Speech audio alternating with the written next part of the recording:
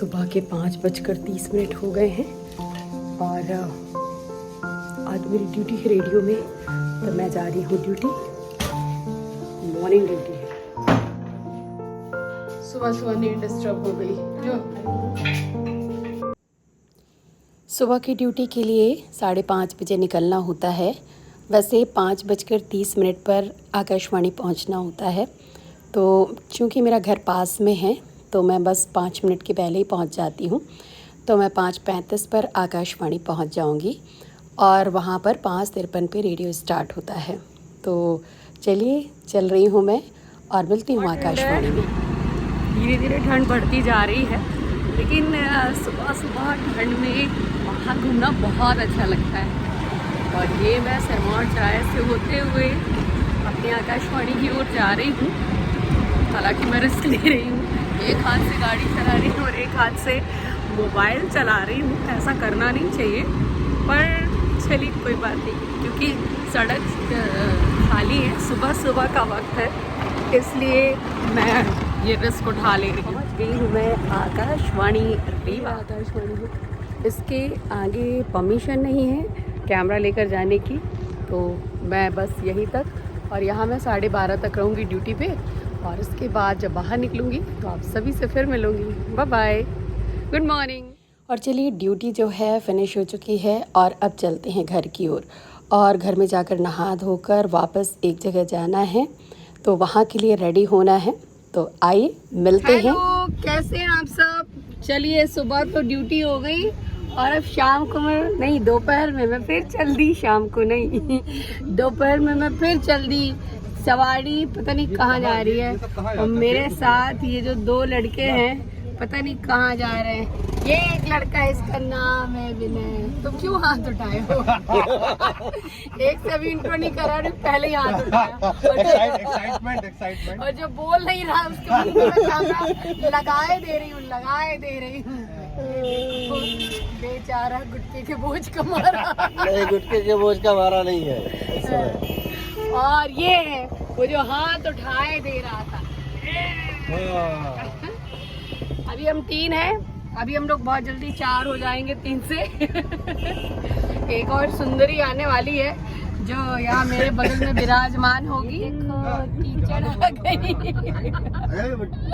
अब हम लोग हो गए 4 लोग, बहुत देर पहले से हो गए थे। मैं थक गई हूँ, तो मैं ना वीडियो रिकॉर्ड करना भूल गई थी। लेकिन ये लड़का बहुत एक्साइटेड है। हाँ सर, क्या नाम है आपका? अब आप खुश हैं? हाँ, खुश कहाँ से हो, ये सब वाकई दोस्तों के संग बिताए हुए 4 पल जो होते हैं वो आप सबको बिल्कुल उमंग से भर देते हैं। ऐसी ही है हम लोगों की दोस्ती। तो आज हम लोगों ने इस यात्रा का आनंद लिया जिसमें ठहाके आपको सुनाई दे रहे हैं। जा रहे हैं गांव से। अब ये सब लोग जा रहे हैं। आज ये क्या बोलते हैं, सफेदी की चमकार बिखेर रहा है। ऐसा लग रहा है रेन अभी निकली है। आज ये बेचारा भूखा प्राणी भोजन नहीं ले पाया। 1 महीने बाद मैं आया हूँ। तभी थोड़ी ज्यादा खुशबू आ रही है। तो चलिए अब फिर से चलते हैं रीवा की ओर। आज का मेरा बिजी शेड्यूल अभी ख़त्म नहीं हुआ है, अभी और जाना है। अभी यहाँ से समाचार बांटने जाना है, फिर एक और न्योता में जाना है, वहाँ भी दिखाएंगे हैं, या वहाँ ये लड़की भी मिलेगी। चलिए अभी चला जाए, मोबाइल वापस कर देना। वाकई दोस्तों के साथ हंसते मुस्कराते समय कैसे बीत जाता है पता ही नहीं चलता है। वैसे ही इस सफ़र का हम सभी दोस्तों को पता ही नहीं चला।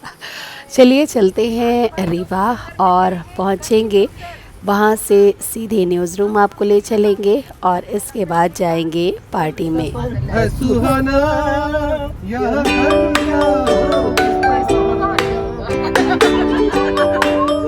रीवा 24 न्यूज़ में आपका स्वागत। आइए देखते हैं क्या है आज की प्रमुख खबरें। और समाचार के बाद पहुंच गए हैं हम सब पार्टी में। आरती मेरे साथ हैं और साथ ही है मेरी एक और फ्रेंड सुषमा। और इत्तेफाक देखिए, हम तीनों ने ब्लैक ड्रेस ही पहनी है। ये इत्तेफाक ही था, कोई प्री प्लानिंग नहीं थी। तो आइए पार्टी के कुछ हम आपको मज़े दिखाते हैं क्या क्या हुआ, गीत संगीत बहुत कुछ, और संत दर्शन भी हुए पार्टी में। हमारे खजुरी महाराज रामलला सरकार के दर्शन हुए और साथ ही साथ राजकुमार शास्त्री जी ने बहुत ही मधुर गीत सुनाए, शशि पांडे जी ने बहुत अच्छे गीत सुनाए और मंच में मुझे सानिध्य प्राप्त हुआ राजकुमार शास्त्री जी का। तो आइए सुनवाते हैं उनसे कुछ मधुर भजन। रामलला महाराज के कमल चरणों में ये भाव।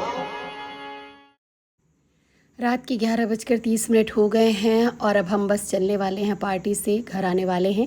उमेश भाई मेरे साथ हैं। जी हाँ, इनको तो आप जानते हैं, 3-5 के सबसे फेमस कलाकार हैं उमेश लखन जी, तो वो हमारे साथ थे। तो आइए अब चलते हैं। इतना थकान भरे दिन के बाद दूसरे दिन बेहद थकान हो रही थी। खैर फिर भी जाना था मुझे काम से, तो मैं गई मेरे, क्योंकि मेरा चश्मा टूट गया था, तो जाना था मुझे मेरे अपने एक दूसरे घर चश्मा बनवाने। जी हाँ, चश्मा घर जो मेरा दूसरा घर ही है, और वहाँ मिली मुझे मेरी चुटकी बहन। तो आइए आपको उससे मिलवाती हूँ। जो नए लोग मतलब मेरे ब्लॉग में, ये सब पुराने ज़िंदगी से जुड़े हुए लोग हैं, क्या है कि जो मिलते जाएंगे ना, आप सबको मिलवाती जाऊँगी। ये मेरा दूसरा घर है। आपको चश्मे की ज़रूरत हो तो आप लोग आ सकते हैं। छोटी दरगाह के सामने चश्मा घर है। तो ये हैं उनकी ऑनर बेनज़ीर अंजुम, मेरी छोटी सिस्टर। और अभी पिताजी कहीं गए हैं, अभी घूमने फिरने, आते हैं तो भी मिलवाते। और आज मैंने अपने स्टेटस में लगाया है कि भूत झाड़ने वाला कोई हो तो बताओ, क्योंकि मुझे ऐसा लग रहा है कि मुझे भूत लगा है, मेरी तबीयत खराब है और दवाई सूट नहीं कर रही है। देखिए, आज किचन में मेरे बना है आंवले का मुरब्बा।